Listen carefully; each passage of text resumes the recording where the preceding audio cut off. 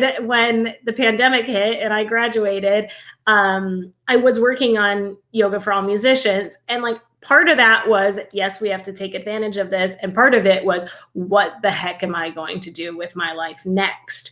And like had no idea. I knew this job was open. I'm in my mentor's office, which is really incredible and unreal, to be honest.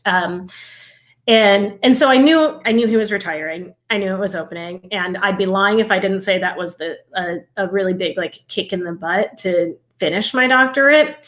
But like there was no reason that I should get the job above anybody else, really. Like I still went through the process and everything, but at the time, I put all my money into Yoga for All Musicians for the most part, kind of took a chance on that, was on unemployment because I was laid off from my yoga teaching gigs, and all of my lessons and gigs stopped.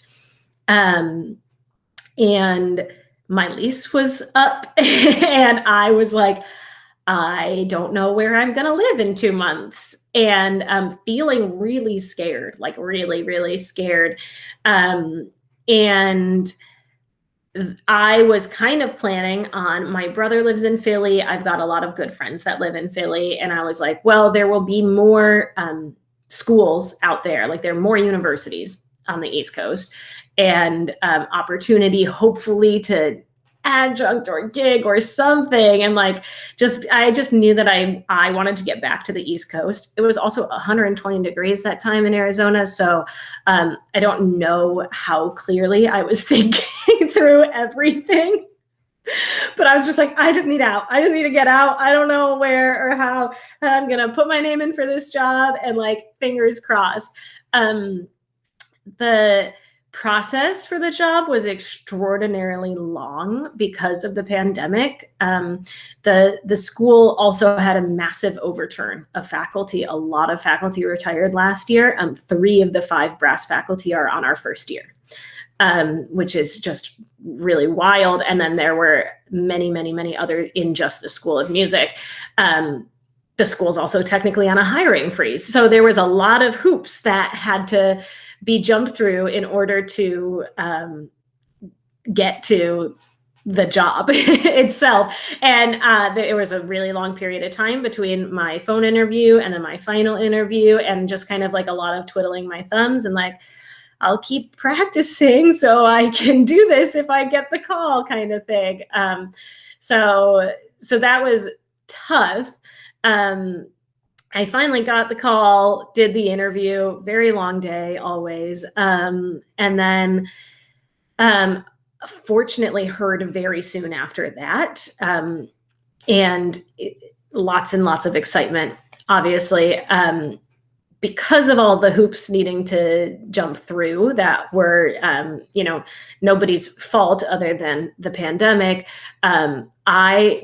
My lease was up and I didn't have a contract, but I had the verbal offer. So I actually very quietly moved across the country, like as quietly as I could. At that time, the pandemic was surging in Phoenix as well. It was the worst place in the country to be at that time. So I actually didn't even really say bye to a ton of people. I just kind of packed up a U-Haul and started driving. And then finally announced when I had already like settled in and lived here for 3 weeks and could sign the contract. But that was a scary thing because it's like, they could always just be like, never mind. And so I feel very, very fortunate that I ended up doing that. And then, like I said, it's just kind of unreal to be sitting in the office that I took lessons in for 4 years. I really look up to my predecessor, my mentor. I call him probably once a week just to like say hi. And he obviously shaped so much of my life. And so he also studied at ASU with Dave Hickman.